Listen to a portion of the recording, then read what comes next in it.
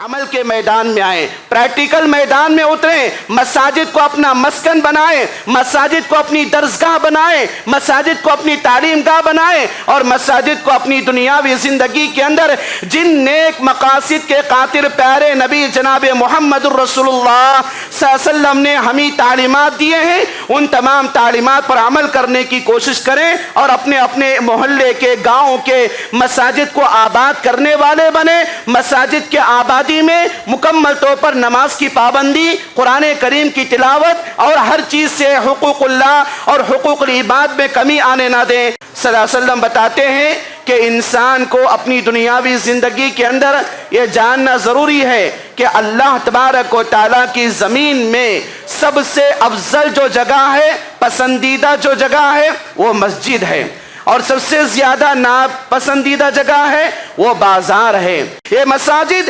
انسان کو حقوق اللہ کی طرف دعوت دیتی ہیں، یہ مساجد انسان کو قتل و غارت گری سے، خون خرابے سے، فتنہ پروری سے، فتنوں سے، ان تمام چیزوں سے مساجد دور کرتے ہیں، اور گویا کہ یہ مساجد انسان کو توحید پرست بناتے ہیں، یہ مساجد انسان کو ایمان والا بناتے ہیں، یہ مساجد انسان کے دلوں کے اندر جو ایمان ہے ان ایمان کو منور کرنے والا بناتے ہیں۔ الحمدللہ رب العالمین الرحمن الرحیم مالک یوم الدین، اشہد ان لا الہ الا اللہ وحدہ لا شریک لہ واشہد ان محمدا عبدہ ورسولہ اما بعد، فاعوذ باللہ من الشیطان الرجیم، بسم اللہ الرحمن الرحیم، یا ایہا الذین آمنوا اتقوا اللہ حق تقاتہ ولا تموتن الا وانتم مسلمون، یا ایہا الناس اتقوا ربکم الذی خلقکم من نفس واحدۃ وخلق منها زوجها وبث منہما رجالا کثیرا ونساء واتقوا اللہ الذی تساءلون به والارحام ان اللہ کان علیکم رقیبا، یا ایہا الذین آمنوا اتقوا اللہ وقولوا قولا سدیدا يصلح لكم أعمالكم ويغفر لكم ذنوبكم ومن يطع الله ورسوله فقد فاز فوزا عظيما، وقال الله تبارك وتعالى في موضع آخر وما أمروا إلا ليعبدوا الله مخلصين له الدين، وقال الله تبارك وتعالى في موضع آخر وأن المساجد لله فلا تدعوا مع الله أحدا۔ قبل احترام صدر اجلاس، ناظم اجلاس، معزز ذی وقار علماء کرام، ذمہ داران مساجد، جماعت و جمعیت، نوجوان دوستو، کہ اللہ تبارک و تعالیٰ نے اس دنیا کے اندر بہت سارے انسانوں کو چن لیا ہے، ان میں سے جن کو چنا وہ انبیاء علیہم السلام کی تعداد اور ان کے مقام کو ہم اور آپ جانتے ہیں، اور جہاں پر اللہ تبارک و تعالیٰ انسانوں میں سے چنا وہیں پر اللہ تبارک و تعالیٰ زمین کے ان بعض خطوں کو چنا جن کے اندر آدمی مکمل طور پر اس کو یاد کرنے کے لیے سجدہ اور رکوع کی حالت میں ہو کر اپنی دنیاوی زندگی میں اللہ تبارک و تعالیٰ سے قریب ہو سکتا ہے۔ ان جگہوں کو مساجد کہا جاتا ہے جہاں پر ہم بیٹھ کر اللہ تبارک و تعالیٰ سے التجا کرتے ہیں، اس کو یاد کرتے ہیں، اور اپنی تمام منتوں کو، مرادوں کو، حاجتوں کو اس کے سامنے رکھ کر مکمل طور پر اس سے ہم اپنی دنیاوی زندگی کے اندر مدد اور نصرت کو طلب کرتے رہتے ہیں۔ تو ایسی صورت میں اسلامی نقطہ نظر سے اگر دیکھا جائے تو مساجد کی تاریخ اتنی ہی پرانی ہے جتنی کہ اپنی دنیاوی زندگی کے اندر مسجد حرام کی تاریخ ہے۔ مکہ المکرمہ کی تاریخ جتنی پرانی تاریخ ہے اتنی تاریخ اس دنیا کے اندر مساجد کی تاریخ ہے۔ اور دوسری اہم بات یہ ہے کہ اللہ تبارک و تعالی مکمل طور پر میری اور آپ کی زندگی کے اندر عبادات کے مواقع کو، عبادات کے مقامات کو، عبادات کے مراحل کو مکمل طور پر اللہ تبارک و تعالی چن لیا ہے۔ تو ایسی صورت میں ہم اور آپ مساجد کی اہمیت کو اور مساجد کی فضیلت کو اپنی دنیاوی زندگی کے اندر جاننا، اس کے اوپر ایمان رکھنا، یہ میرے اور آپ کے لیے ایمان کا تقاضا ہے۔ مثال کے طور پر پیارے نبی جناب محمد رسول اللہ صلی اللہ علیہ وسلم فرماتے ہیں کہ جو آدمی فرض نماز ادا کرنے کے لیے اپنے گھر سے وضو کر کے نکلتا ہے تو ایسے آدمی کو اللہ تبارک و تعالی حج کے برابر کا ثواب دیتا ہے۔ اور اللہ کے نبی صلی اللہ علیہ وسلم نے فرمایا کہ جو آدمی کسی نفل نماز کی پابندی کے لیے اپنے گھر سے وضو کر کے مسجد کو نکلتا ہے تو اللہ تبارک و تعالی ایسے آدمی کو عمرہ کرنے کے برابر کا ثواب دیا۔ سبحان اللہ، کتنی بڑی بات ہے کہ مساجد کی فضیلت میں سے اتنی بات میری اور آپ کی زندگی کے لیے کافی ہے کہ فرض نماز کے لیے اپنے گھر سے وضو کر کے نکلو، حج کا ثواب پالو۔ اور عمرہ کے ثواب کی بنسبت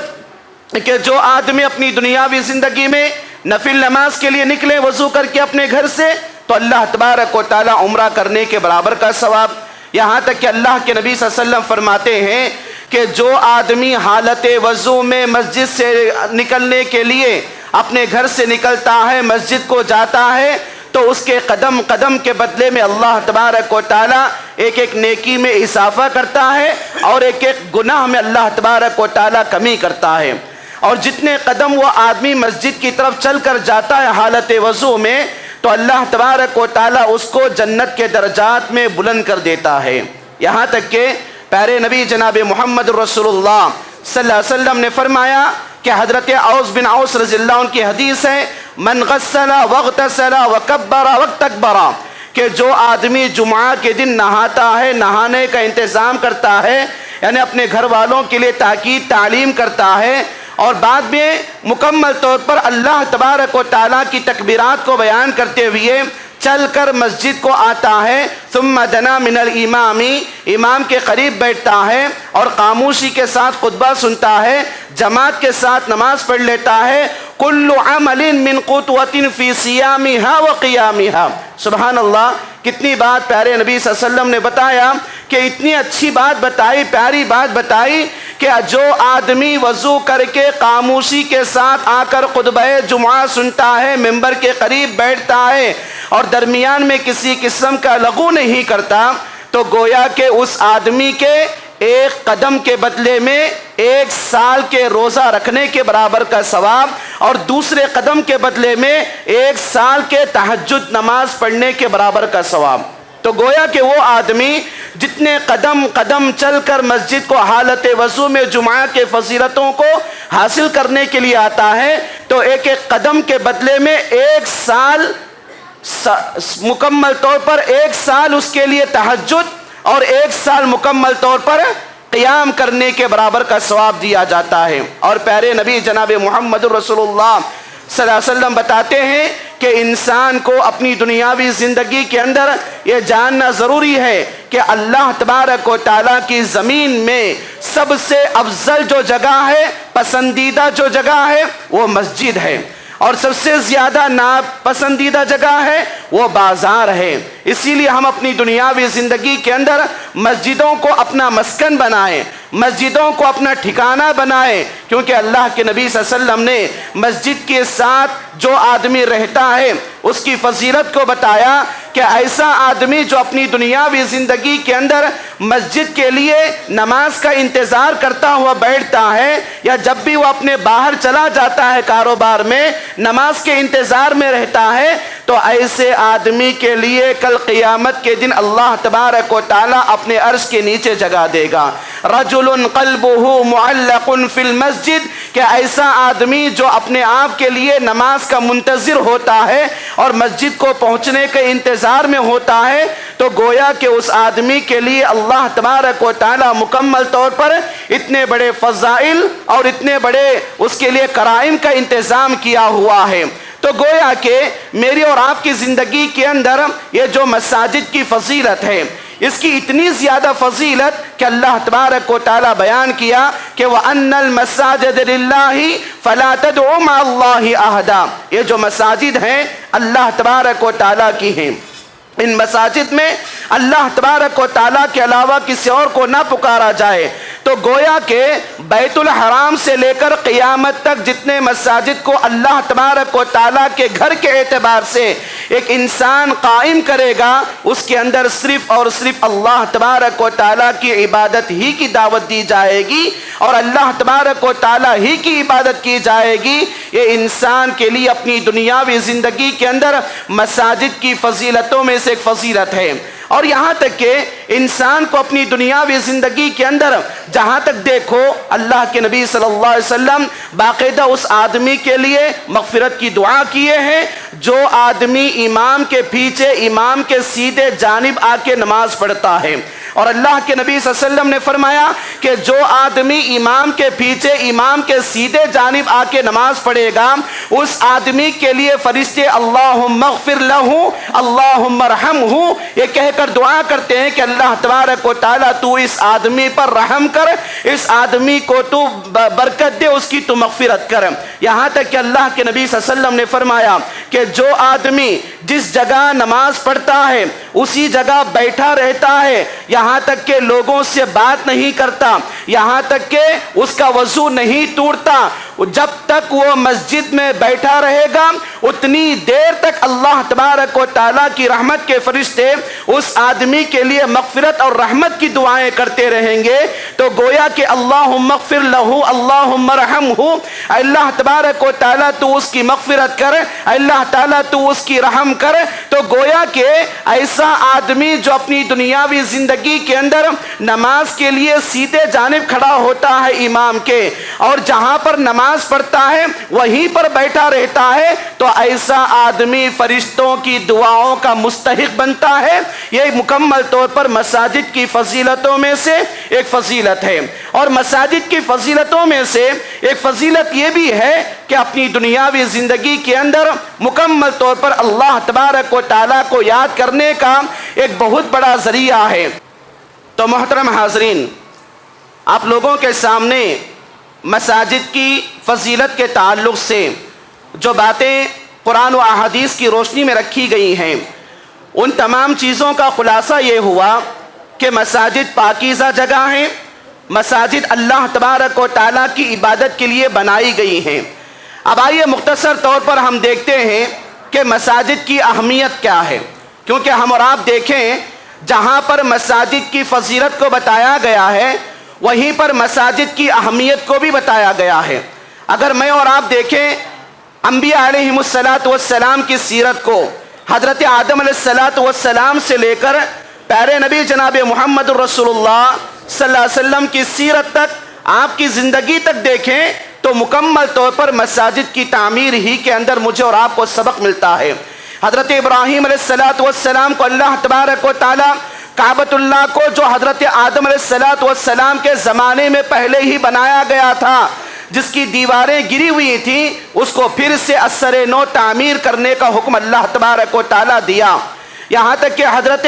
سلیمان علیہ السلام کو اللہ تبارک و تعالیٰ بیت المقدس کے بنانے کا حکم دیا۔ یہاں تک کہ پیارے نبی جناب محمد الرسول اللہ صلی اللہ علیہ وسلم جب مکہ المکرمہ کو چھوڑ کر مدینے کی طرف ہجرت کیا تو سب سے پہلے ہجرت کے سال میں جو پہلا جمعہ تھا جہاں پر اللہ کے نبی صلی اللہ علیہ وسلم اپنے ننیال بنو نجار میں قیام کیا تھا، وہیں پر اللہ کے نبی صلی اللہ علیہ وسلم نے مسجد قباء کے نام سے ایک مسجد کی تعمیر کیا۔ تو گویا کہ اس کی فضیلت کو بتایا کہ جو آدمی مسجد قباء میں 2 رکعت یا 1 وقت کی نماز پڑھے گا اس کے لیے 1 عمرے کے برابر کا ثواب دیا جائے گا۔ اور اللہ کے نبی صلی اللہ علیہ وسلم آگے بڑھ کر جب مدینہ کو پہنچے، مدینہ میں سب سے پہلے اللہ کے نبی صلی اللہ علیہ وسلم مکمل طور پر جو کام کیا وہ کام مسجد نبوی کی تعمیر کے لیے 2 یتیم بچوں سے اس کی جگہ کو خرید کر مسجد نبوی کی تعمیر کیا۔ جس وقت اللہ کے نبی صلی اللہ علیہ وسلم نے تعمیر کیا اس وقت مسجد کی لمبائی اور چوڑائی 100x100 تھی، 100 گز لمبا 100 گز چوڑا تھا، یہاں تک کہ اس کے 3 قدم اندر تک کھود کر مسجد نبوی کے ستونوں کو کھجور کے تنوں کے ذریعے ستون بنایا گیا اور اس کے پتوں کے ذریعے چھت کو بنایا گیا۔ تو گویا کہ اللہ کے نبی صلی اللہ علیہ وسلم نے مسجد کی اہمیت کو بتانے کے لیے مدینہ میں آنے کے بعد سب سے پہلے جو دارالسلام ہے، دارالاسلام ہے، اس کے اندر سب سے پہلے مسجد کی تعمیر کی ہے۔ اور مسجد کو رکھنے کے بعد اللہ کے نبی صلی اللہ علیہ وسلم نے مسجد کی تعمیر کو اپنے پریکٹیکلی عمل کے ذریعے بتایا کہ جو میری اور آپ کی زندگی کے اندر دیکھتے ہیں کہ مسجد کی تعمیر کے بعد اللہ کے نبی صلی اللہ علیہ وسلم نے مسجد کے اندر ایک باہر کے حصے میں صفہ نامی ایک چبوترے کا انتخاب کیا، جہاں پر اللہ کے نبی صلی اللہ علیہ وسلم صحابہ کرام کو پڑھایا کرتے تھے اور صحابہ کرام کو درس و تدریس کے کام میں لگایا کیا کرتے تھے۔ یہاں تک کہ جب مسجد نبوی کی تعمیر ہوئی تو اس موقع پر مکمل طور پر صحابہ کو مسجد نبوی کے صحن میں تیر بازی کرنا، نیزہ بازی کرنا، تیر اندازی کرنا، یہاں تک کہ صحابہ کے درمیان کشتیوں کو لڑانا، تو گویا کہ اللہ کے نبی صلی اللہ علیہ وسلم صحابہ کرام کے درمیان ان چیزوں کو عام کیا۔ یہاں تک کہ مسجد نبوی کی تعمیر کرنے کے بعد اللہ کے نبی صلی اللہ علیہ وسلم صحابہ کرام کے درمیان اسپورٹس کا انتظام کیا، رننگ ریس کا انتظام کیا۔ حضرت سلمہ بن اکوع رضی اللہ عنہ یہ صحابہ کرام میں سب سے زیادہ تیزی کے ساتھ دوڑنے والے صحابی تھے۔ تو الغرض بتانے کا مقصد یہ ہے کہ جہاں پر مسجد کے فضائل ہیں عبادت کے لیے، جہاں پر اس کی اہمیت کو بتایا گیا کہ آدمی عبادت کے ساتھ ساتھ اپنی بدن کا بھی خیال کرے، اپنی ورزش کا بھی خیال کرے، اپنی صحت کا بھی خیال کرے،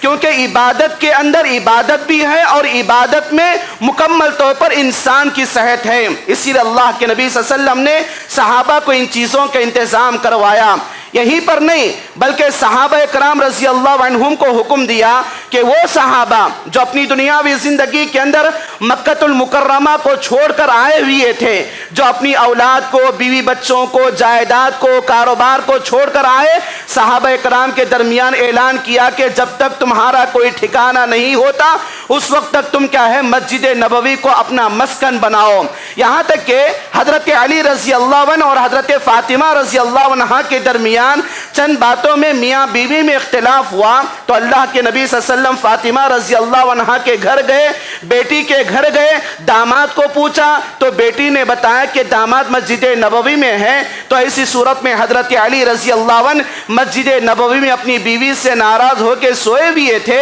تو اللہ کے نبی صلی اللہ علیہ وسلم نے دیکھا اپنے داماد کو سوئے ہوئے ہیں، آپ کو جگایا۔ جس موقع پر آپ کے کندھے پر مٹی لگی ہوئی تھی تو حضرت علی رضی اللہ عنہ کے کندھے پر مٹی کو جھٹک کر کہا کہ اے ابو تراب اٹھیے، معاملہ کیا ہے؟ تو گویا کہ مساجد کی جہاں پر فضیلت ہے، اسلام کے اندر مساجد کی اہمیت کو بھی بتایا گیا ہے کہ عبادت کے ساتھ ساتھ مساجد میں درس کا انتظام کریں، مساجد میں شرعی اعتبار سے جو عبادت سے غافل نہ ہو ایسے کھیل کود کا انتظام کریں۔ یہاں تک کہ پیارے نبی صلی اللہ علیہ وسلم کے زمانے کے اندر مکمل طور پر اللہ تبارک و تعالیٰ کے دین و ایمان پر عمل کرنے کے لیے انسان کو یہ تعلیم دی گئی ہے کہ مساجد کے اندر مسافر خانے کو بنایا جائے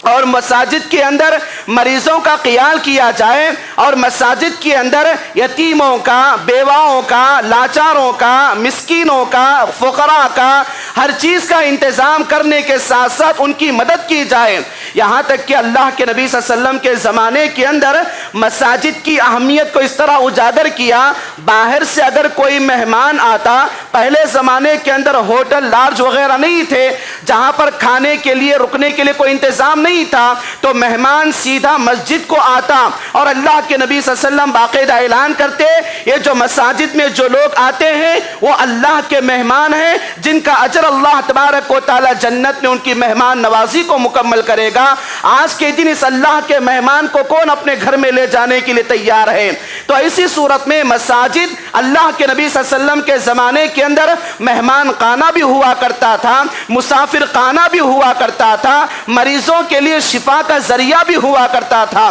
کیونکہ اللہ کے نبی صلی اللہ علیہ وسلم کو اللہ تبارک و تعالیٰ نے بھیجنے کا جو مقصد بتایا هو الذي بعث في الأميين رسولا منهم يتلو عليهم آياته ويزكيهم ويعلمهم الكتاب والحکمہ وإن كانوا من قبل لفی ضلال مبین. تو گویا کہ اللہ تبارک و تعالی اس آیت کے اندر اللہ کے نبی صلی اللہ علیہ وسلم کے بعثت کے مقصد کو بتایا کہ وہ لوگوں کا تزکیہ کرتے ہیں، لوگوں کو پاکیزہ کرتے ہیں، لوگوں کو تعلیم دیتے ہیں، لوگوں کو حکمت کی باتیں سکھاتے ہیں، قرآن و حدیث کی باتیں بتاتے ہیں. تو گویا کہ میری اور آپ کی زندگی کے اندر یہ مساجد تزکیے کا کام کرتے ہیں، یہ مساجد گناہوں کو دور کرتے ہیں، یہ مساجد اللہ سے قریب کرتے ہیں، یہ مساجد عرش کے نیچے جگہ ملنے کے لیے سہولت کو فراہم کرتے ہیں، یہ مساجد انسان کے گناہوں کو دھو دیتے ہیں، یہ مساجد انسان کے دلوں کی بیماریوں کو دور کر دیتے ہیں،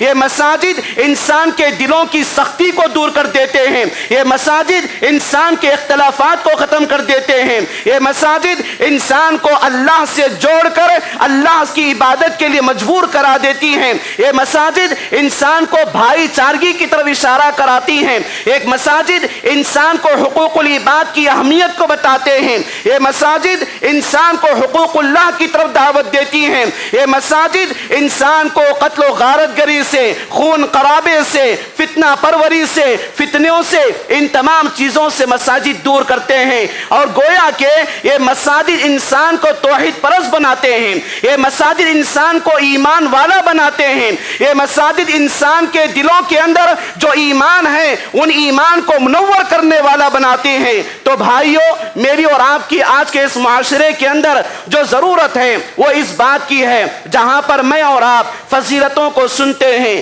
اہمیتوں کو جانتے ہیں، تو ایسی صورت میں میری اور آپ کی سب سے بڑی ایمانی تقاضا یہ بنتا ہے کہ میں اور آپ عمل کے میدان میں آئیں، پریکٹیکل میدان میں اتریں، مساجد کو اپنا مسکن بنائیں، مساجد کو اپنی درسگاہ بنائیں، مساجد کو اپنی تعلیم گاہ بنائیں، اور مساجد کو اپنی دنیاوی زندگی کے اندر جن نیک مقاصد کے خاطر پیارے نبی جناب محمد الرسول اللہ صلی اللہ علیہ وسلم نے ہمیں تعلیمات دیے ہیں، ان تمام تعلیمات پر عمل کرنے کی کوشش کریں اور اپنے اپنے محلے کے، گاؤں کے مساجد کو آباد کرنے والے بنیں. مساجد کے آبادی میں مکمل طور پر نماز کی پابندی، قرآن کریم کی تلاوت اور ہر چیز سے حقوق اللہ اور حقوق العباد میں کمی آنے نہ دیں. آخر میں اللہ تعالیٰ سے دعا ہے اللہ تبارک و تعالیٰ مجھے اور آپ کو مساجد کی اہمیت کو جاننے، اس کی فضیلتوں کو حاصل کرنے، اس کے مقام اور مرتبے پر ہمیں ایمان رکھنے کی توفیق نصیب عطا فرما.